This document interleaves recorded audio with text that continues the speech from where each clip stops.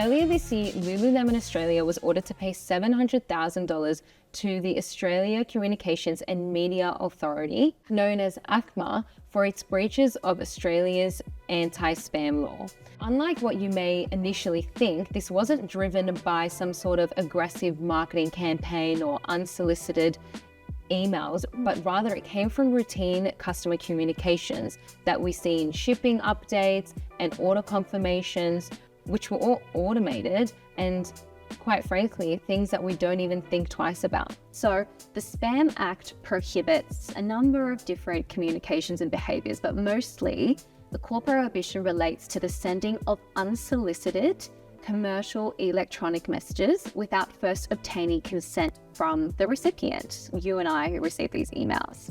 It applies largely to communications that have what we call an Australian link. So what this means is that the message either originated in Australia, as in the sender is within Australia, it's sent to an Australian inbox, so a recipient is an Australian citizen, or it uses or passes through some system or device that has an Australian link to it. So it's not just intended to apply to Australian businesses, it's intended to apply to any business who is sending or receiving messages to and from Australian inboxes.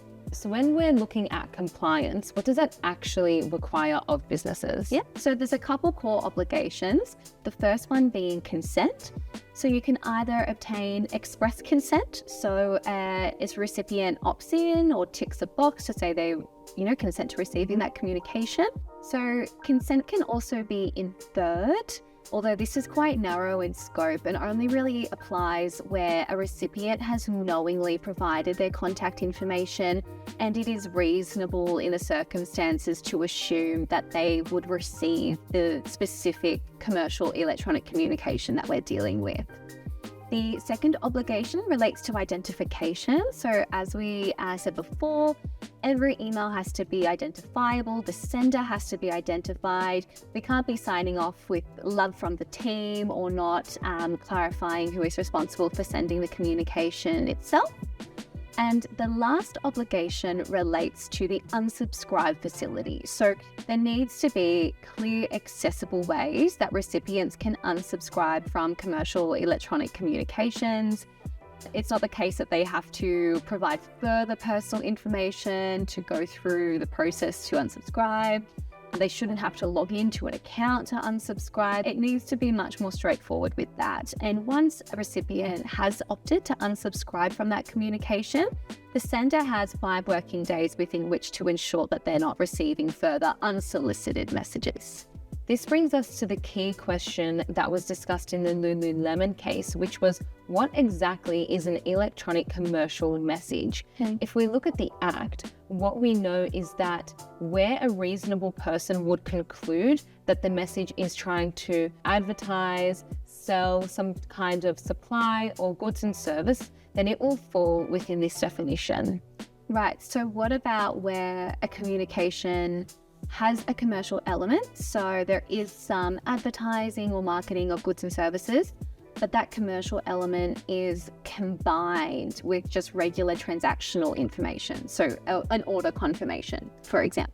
Yep, exactly. So if we have any emails or communications that are combined, then overall the message will still qualify and meet that definition, being a commercial electronic message.